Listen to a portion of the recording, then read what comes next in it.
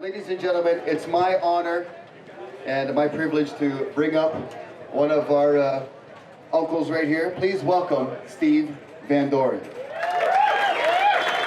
All right, thank you, Rocky. It's an honor to be here tonight, especially to honor Nathan.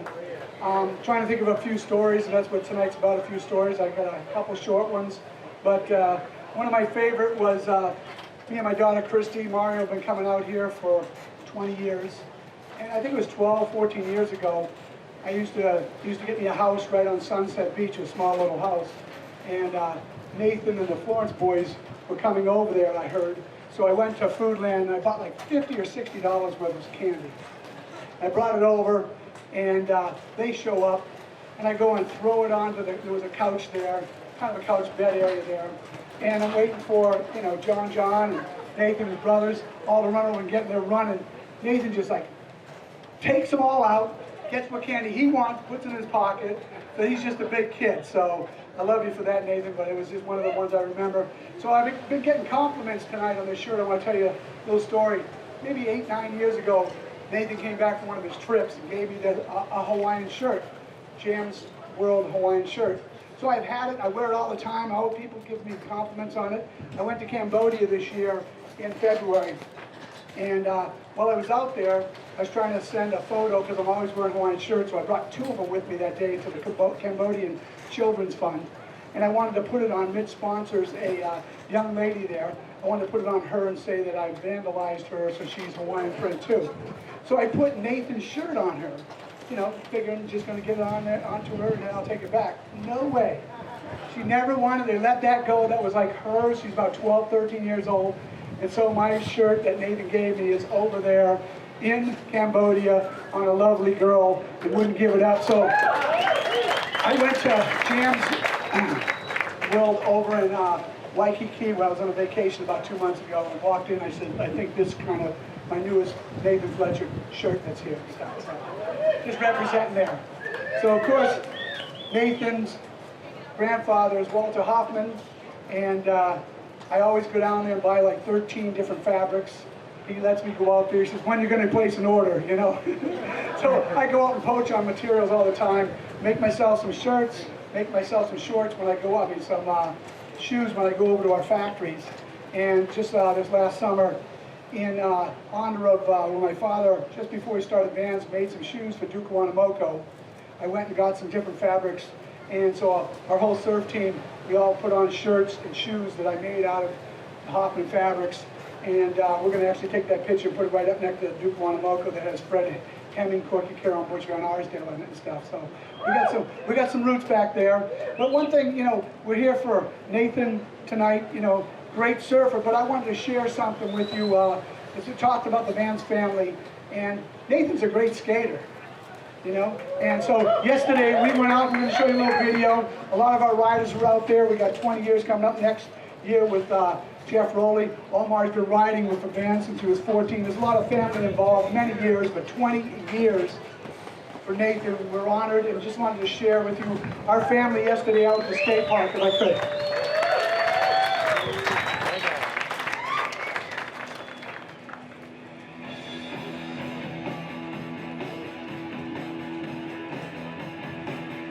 The VANS duct tape.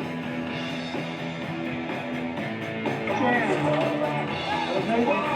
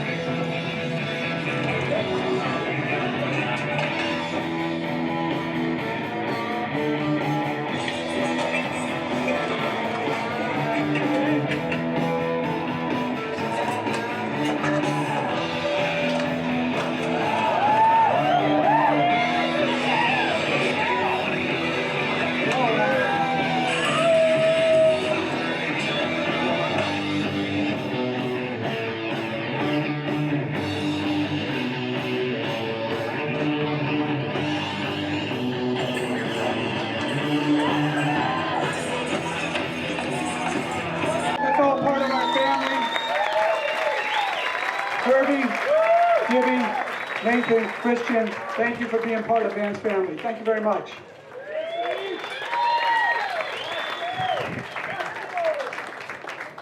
Mahalo, Uncle Steve.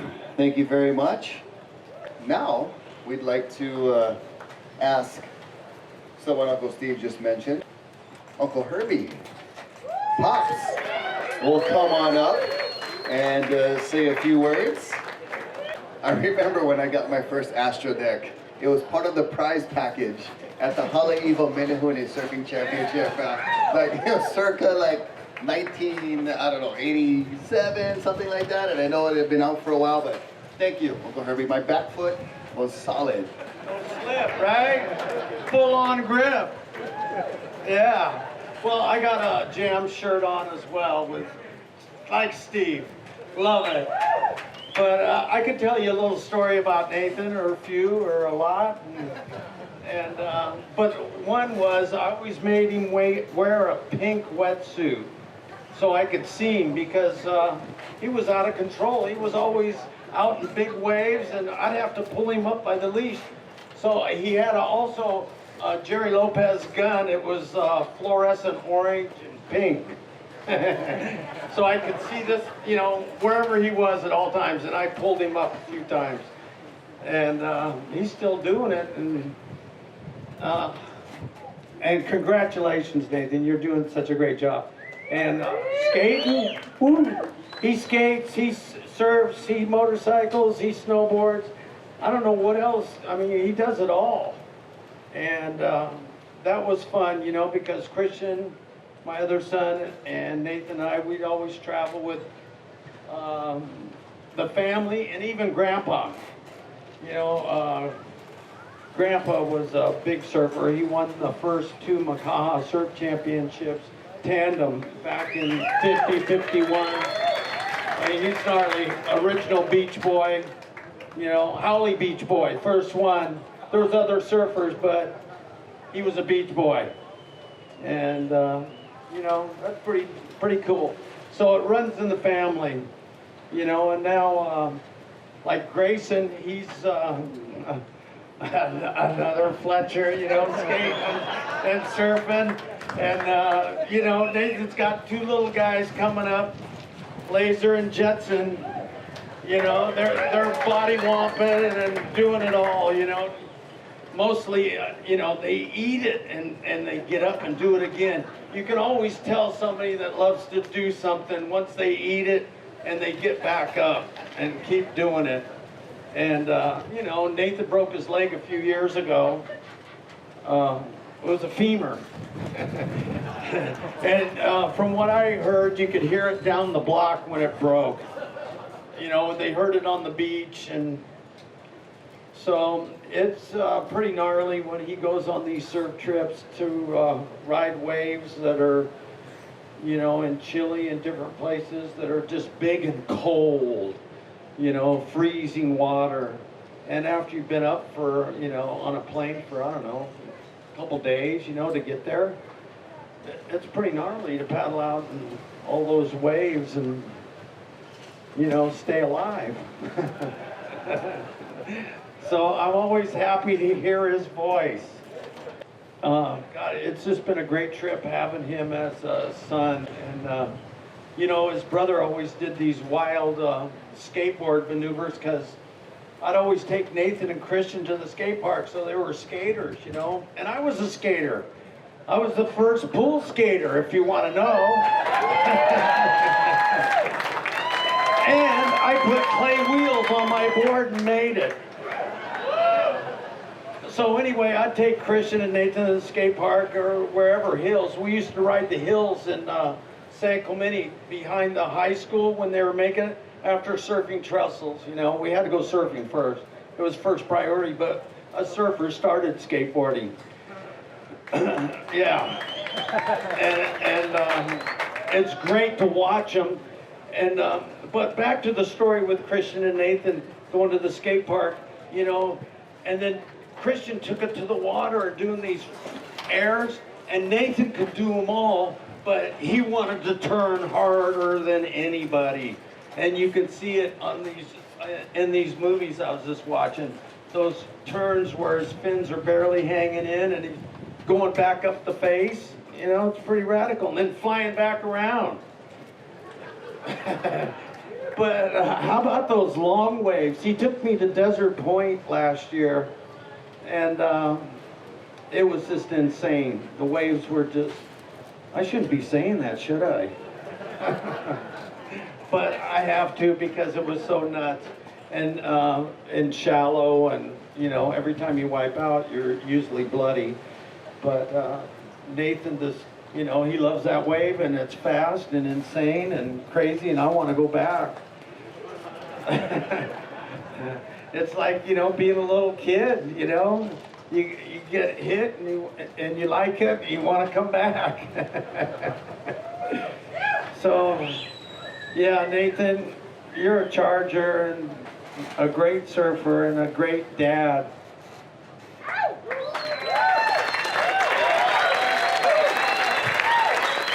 So thank you very much, Vance. It's been a great pleasure.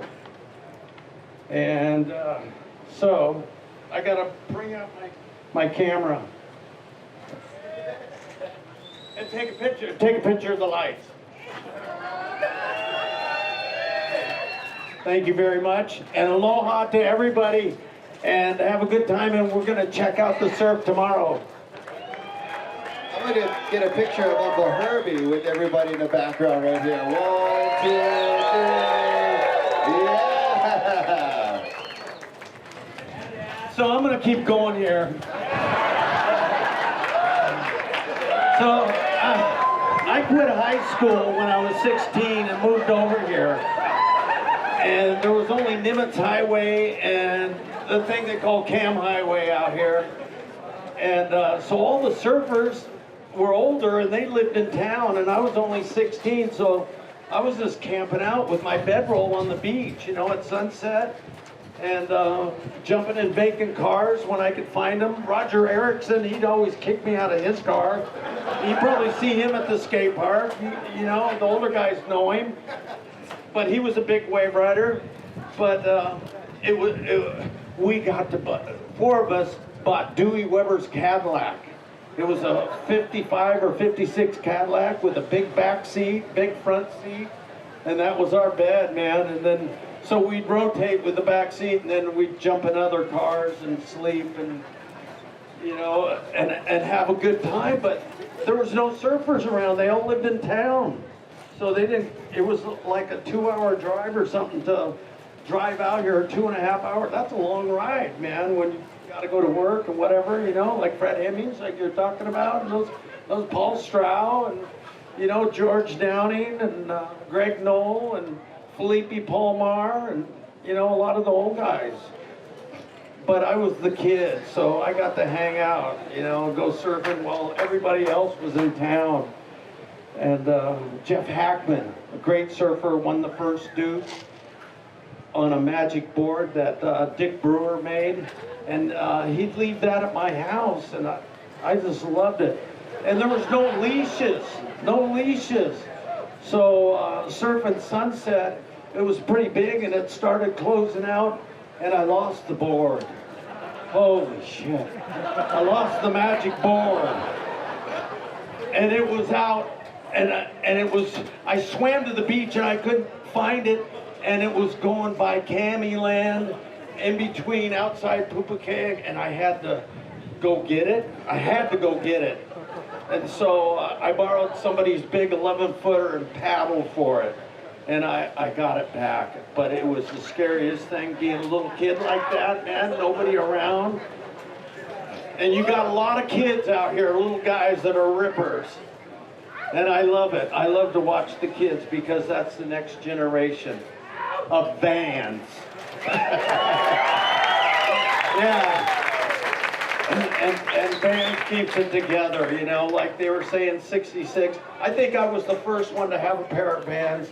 After winning a surf contest, somebody gave me a pair in 1966 at the Redondo Breakwall in Redondo. It was at the Laguna Masters Championship. I won a motorcycle too.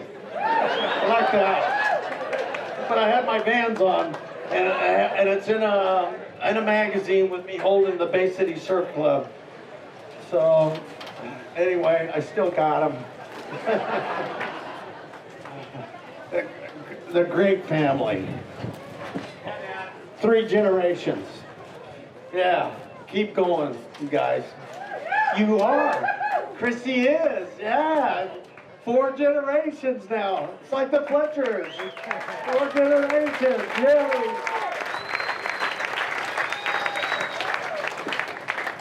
So anyway, I got a lot to say, but we should bring somebody else up here. Who's next? I appreciate it. Thank you very much.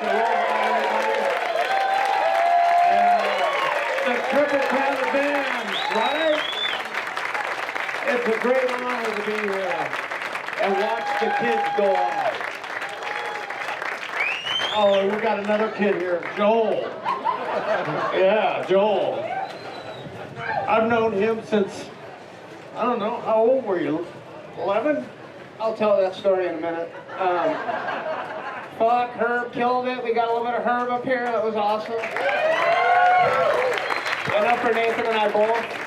Poor Nathan more than me. He's been getting that for his whole life. I've been getting it since I was 12. I first met Herbie in 1987. You know, around that same time, we didn't have social media. You had Surfer Magazine, Surfing Magazine, and you had to wait every month to see what was happening. And Herbie and Christian and Nathan were a huge part of that era for me. You know, I kind of looked up to all of them. And when I finally got to meet Herb, it was as awesome as the speech tonight. You know, he was as colorful as you ever imagined. And he was my first sponsor that ever sent me anything, right? First package that ever came in the mail came from Masterdeck. It was like the ultimate, you know, validation. When it came, I remember watching the UPS truck drive down the street.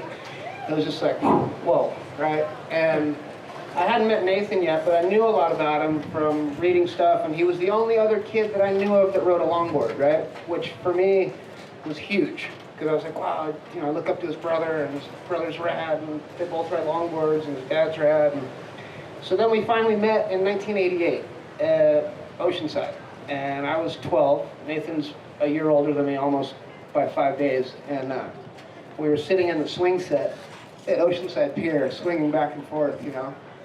And we didn't have a lot to talk about. And he leaned over and he goes, "Hey man, do you like Slayer?" And I was like, "Yeah dude, I like Slayer." And that was the beginning of our friendship. So we ended up talking about Slayer. We both had older friends, and he was playing in a band at that time, this thing called Gadnium. That was pretty cool. You know, to see a little kid playing in a rock band was huge. And he skated, you know, and our relationship lasted all the way through. Skateboarding was kind of how we stayed in contact more than anything. I was around Herbie more, but before we each had licenses, we both would bum rides to different skate parks. We'd bump into each other. I'd see him with Mark Gabriel and your cousin. He'd get rides with down, and we'd bump into each other, and it was just a cool, like, bond that we both had something to you know, aside from surfing, that was cool. I will say that it's hard to make it into your 40s and stay relevant. It's not easy within an industry that constantly recycles. By the time you're 30, they're getting rid of you.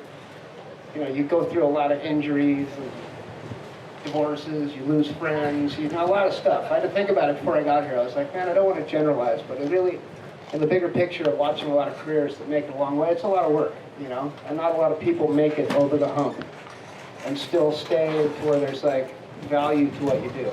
And growing up in the Fletcher family is obviously no easy thing to fight your way. Being the youngest one up is a lot to like carry. Herbie went into some detail, but you know, Nathan's grandpa was one of the first people to come out here and camp on the beach and kind of not so much pioneer, but was one of the original people to really discover a lot of the spots here.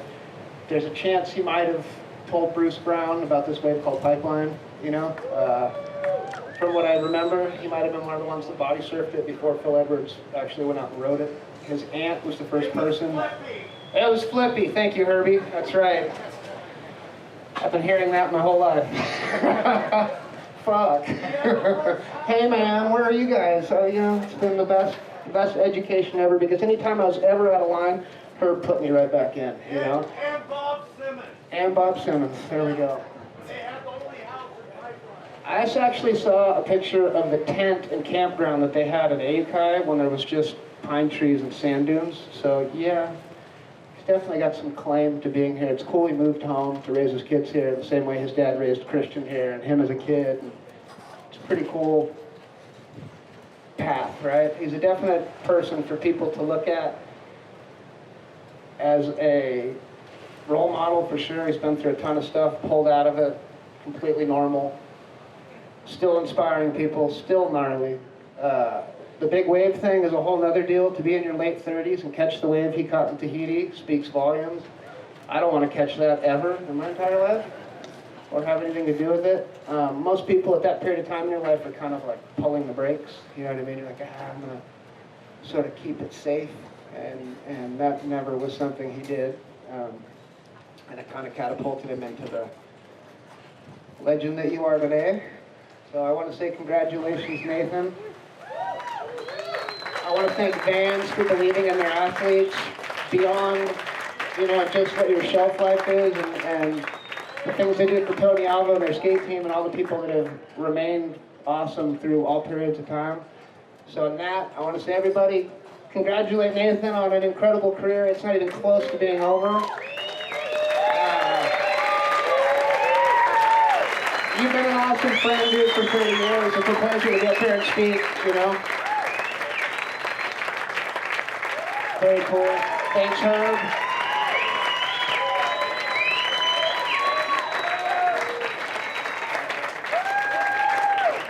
I'll let Nate talk a little bit here. Hey, we got a couple of mics, bro. If you want to stick around, we definitely have enough chairs and enough microphones. We are equipped.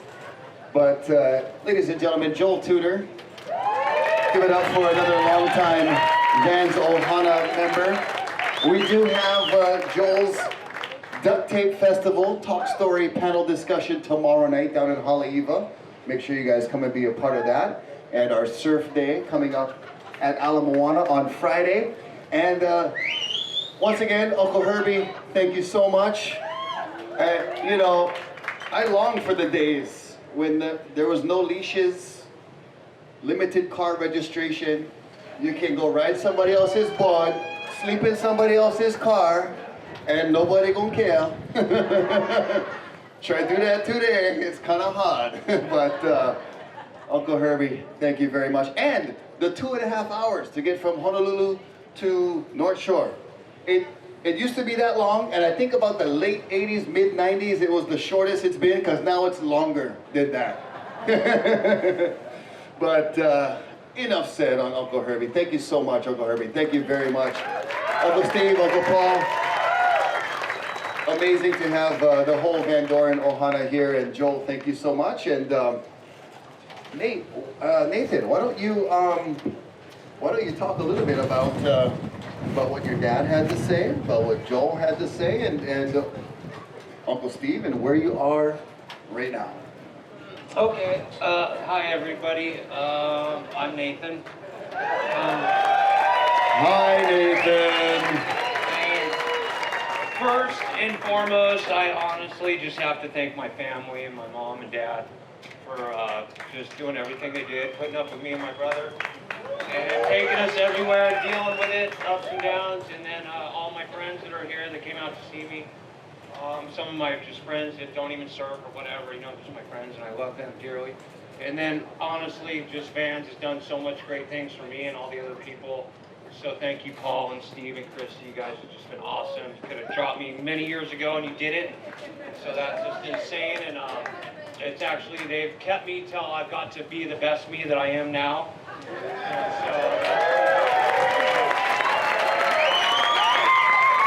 Hey. Just like a good wahine, they stick with you until you're the best.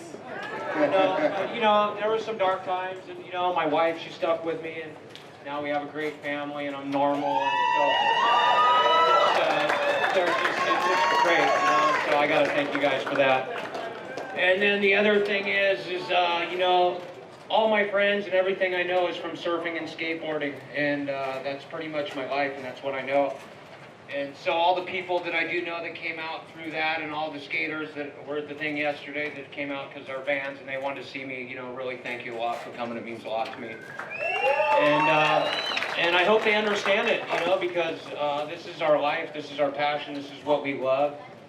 And this is what we're going to do for the rest of our life. Just like my dad, just like my grandpa, he still surfs, still goes on surf trips. I want to say he's 86 or 87, same age as Peter Cole. That's what they know. They live and bleed surfing and diving in the ocean, even though they do Hoffman fabrics and stuff. But that's what it comes down to. That's what we talk about at our, you know, at Christmas and this and that. And then my grandpa tells me, Nathan, what's it like to surf chopo on that wave? I just, you know, and I'm like, oh, Grandpa, this and that. And he's all, you know what? Don't even tell me. He's all, I don't even want to know, because I'm just going to put on goggles soon and I'll just be able to surf it. He's all, I'm going to have sex with Pamela Anderson. I'm going to surf chopo. I don't even care. So don't even tell me. And then my grandma, she's all dementia out. So she's just like, oh, yeah. So that's what happens over there. Hey, Nathan. Hey.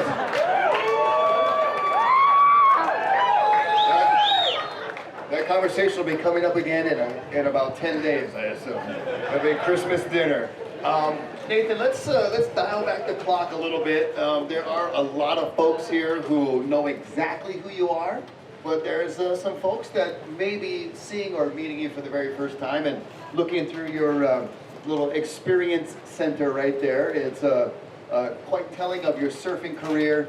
You know, the waves you've charged, the things you did. You and I and Joel have shared some pipeline sessions together, and there's many ways that you've paddled for that I don't want any part of. But let's go way back. Your dad's talking about the pink wetsuit, the neon orange board, and like, what's some of your? You want to hear about the pink wetsuit? What's some of your first memories of being on the ocean, and what like got you sucked in? Good memories or first memories? All the above. Okay, so I'm going to tell you about our family. I don't know, but you guys, I was a little kid in my pink wetsuit. So we went to go to the contest in Santa Cruz. So my dad decided to rent a motorhome and drive from San Clemente. First and only time we ever took a motorhome anywhere. So it's me, my mom, and dad and brother. And so we leave and we're going up the coast or whatever. And the swell's really big, and we're going to go surf Rincon. And then we're going to go to this contest. And I was about maybe 9 or 8. And I was in the 12 and under. Maybe 7, Dad says. Maybe 7, Dad says. But anyways, nevertheless, the waves were perfect, as good as Rincon gets. And I like big waves, but every time I'd see big waves, it would make me nervous. And I'd have to go to the restroom. And so then, so my dad's like, okay, we're out there. And okay, we're out there. So he's going to paddle me out. And we get on the beach, and I'm, oh, man, Dad, I think I got it. Whatever, we're just out there. So we go out. I got to go. Yeah, so now I can't paddle out by myself. So we get out to the lineup, and now my dad's, okay, so whatever. I'm like, Dad, I got to go to the bathroom. He's like, well, go in on the rocks, handle it, and come back out. He paddles out to the point. So I'm like, okay, yeah, for sure.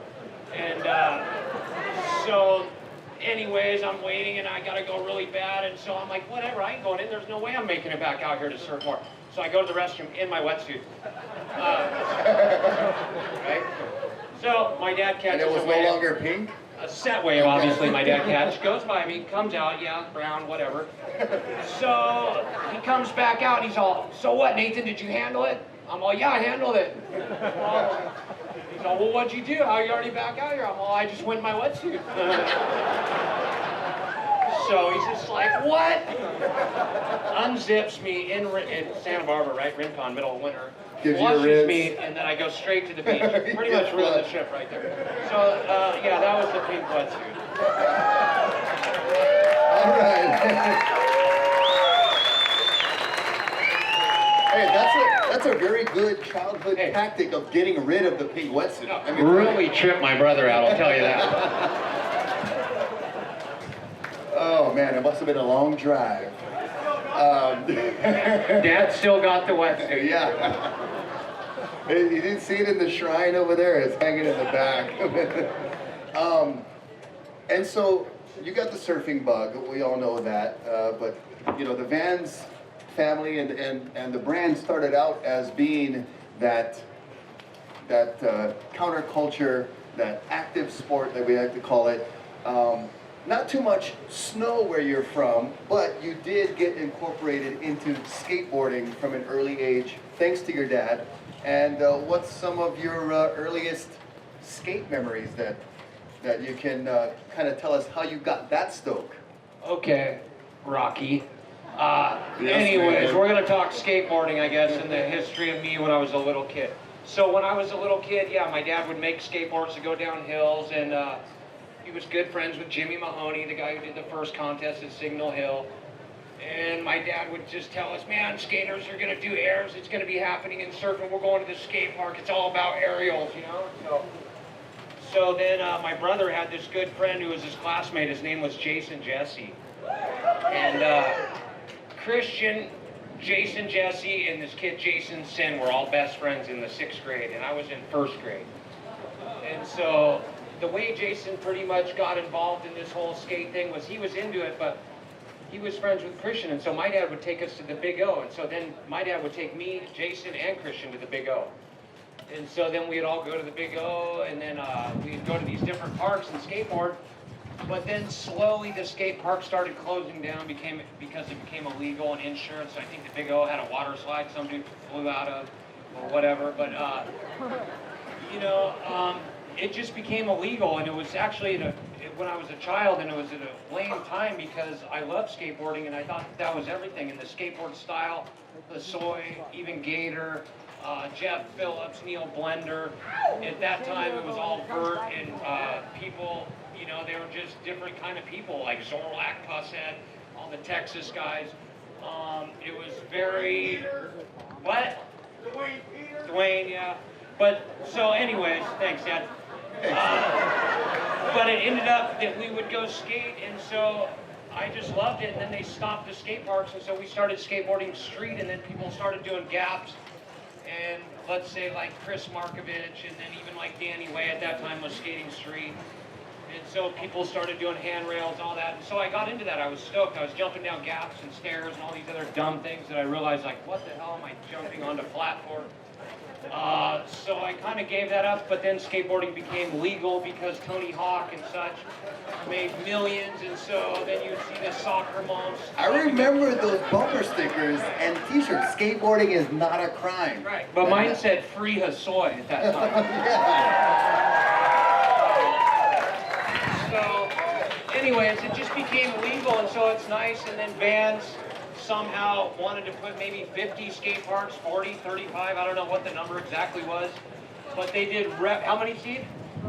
12, okay, 12, and this was when it was illegal.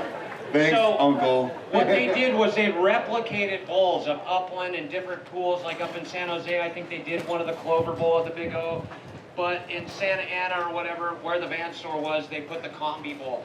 And so that was part of the beginning of the public skate park resurgence. And so ever since that has happened, it's been fun to skate parks and transition, and it actually really hurts to skateboard. And so now that I live Especially here, when you're not in your 20s anymore. after 40, it really Teens. sucks, but it's fun. Yes. But anyways, so now we have the park here, and we have pipeline and log cabins and all that area.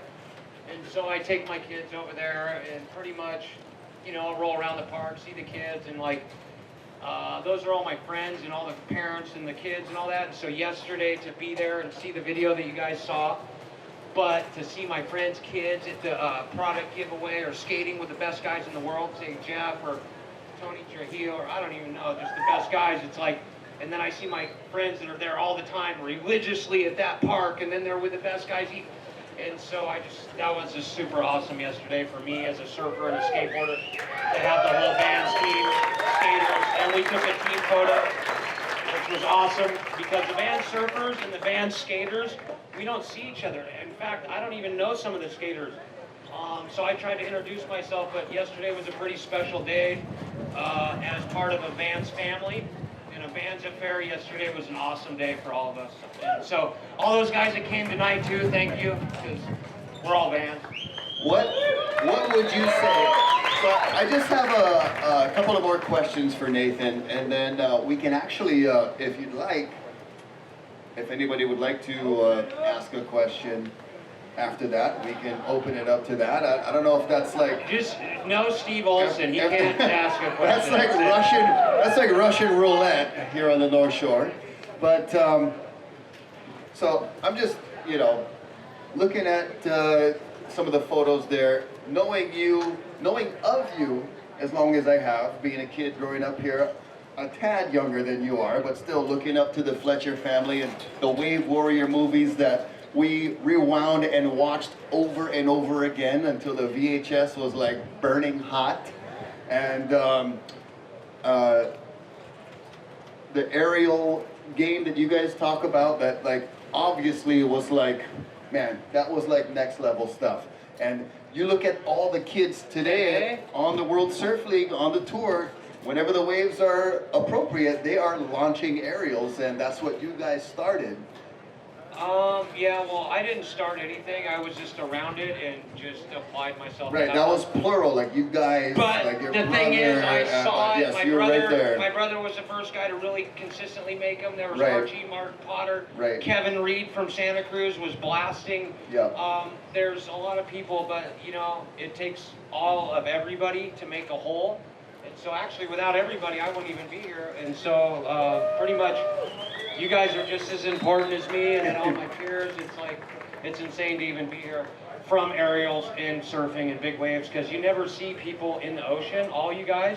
I don't see you on the beach when it's big. I don't know you.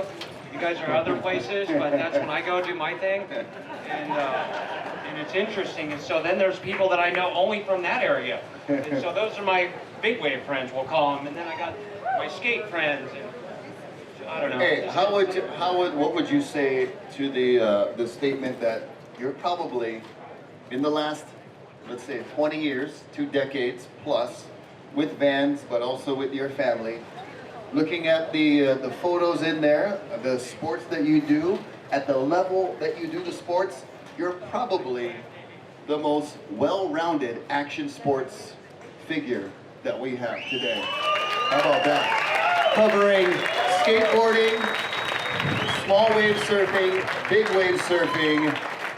I saw some motocross pictures in there. I know you do snowboarding as well. So, with all that being said, I will never believe that for a second. But the thing is I just love to have fun, and that's what my dad's taught me. Is I don't do it to be good. I just That's do a it to go. perfect answer. I just go out to have fun, and actually, once I get good at something, I quit because I like to go and try something else and just go be a kook. Because you ever notice the guys that are having the most fun are just beginning? Right? It's like all the guys who rip, they all have like this weird They got the vibe, they got yeah. to rip, and it has to be good, and they got all this, you know what I mean? So, like, that's cool. It's cool to rip, but honestly, it's much more fun to just be a beginner, like flopping around, or even at the snow or anything. Pure So, passion. yeah, and then you get to meet people, and it's like only in surfing there's kooks who are, that's what they call somebody who's not that good. And so all of a sudden I was snowboarding or doing other things, and you're a kook, right? But everybody's all nice to you, and you're all, wow, that's trippy. Like, these guys don't even care to come surf their waves or take Ride their mountain? Yeah. So that's actually what got me into snowboarding and skateboarding, was just to go around other people and then just share the passion for just doing what you love. And then there's been others, say snowboarders or skaters, and it was all at a time. Even Hosoi, we used to go snowboarding with Hosoi, walk, and we all learned together because it was just something new. And nobody snowboards anymore, but at that time we were diehard. And you know, it's just all on the time, but it's all about having fun. It don't matter how good you are, and as long as you eat it, love it. Hey, is there anyone out there that has a question, potentially, before we do a big wrap and say mahalo? Anybody would like to? Hey, yeah, right there. What was one of your highlight seasons on the North Shore that you can remember, Nathan? Man, there's been so many, we'll call them events, but I want to say my highlight season was when Tom Grom won the H-Pack, and Pipeline was as good as it gets for a month straight. It was a February, and it was... That was Tom Doslin. Tom Doslin won the H-Pack. He was like, he shouldn't have won it. He was 17, but it was as good as Pipeline gets. And that was the best month of pipeline I've ever seen, and I got to share it with a couple of my friends from the East Coast, the local boys here, and then just who was ever around, and that was pretty much the best month of my life here, yeah. And I didn't get hurt, and I went home safe.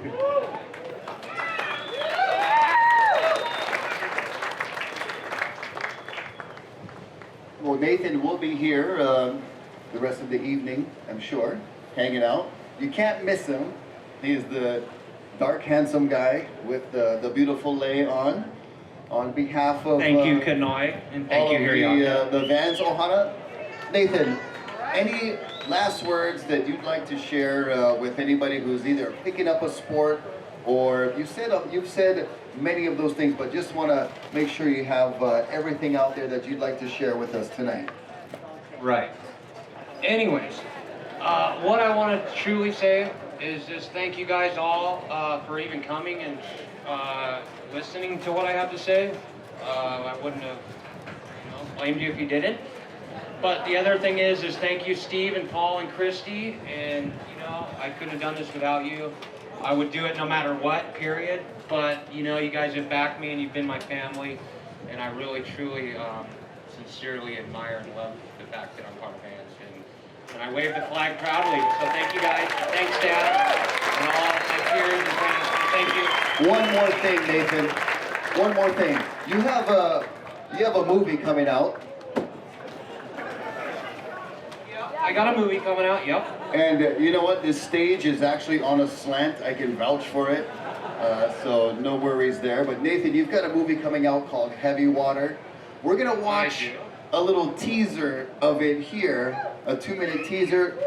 Soon to be premiering, I believe in spring 19 or somewhere around there. But just tell us maybe a short minute about how that's been for you.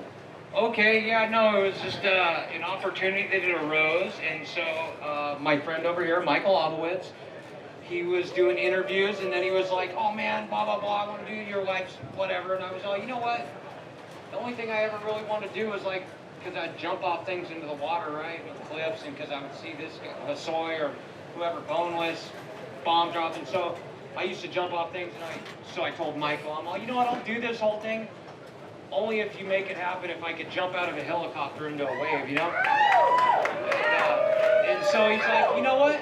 Because he tried to do it other ways, but it wasn't working that way. And so he's like, you know what? I'm going to handle that, and we're going to get that done, and we're going to do that. And I'm like, yeah, right. And so anyways, then he called me back, and he showed me this stuff of, I don't know, all of a sudden he had this movie made of me. And then he had the helicopter insurance, the production, everything lined up. I was all, whoa, really? And so when I did it, I never really or when I thought of it just like being me, but then when it comes down, you don't really see a production, right? You're just seeing you in a helicopter flying around and all killer. But then you got a director and a producer and a producer's assistant and fucking another assistant and who knows what else. And then they're like, okay, today's the day. No, tomorrow. We got the permit tomorrow. Sorry, let's relax. So I'm like, okay. Then I just stopped believing it. Anyways, he pulled it off somehow. We got us, well, we did it. The rest of it's my life story. So whatever. I don't know. It's all good till the helicopter thing's kind of corny. I'm stoked. Nathan.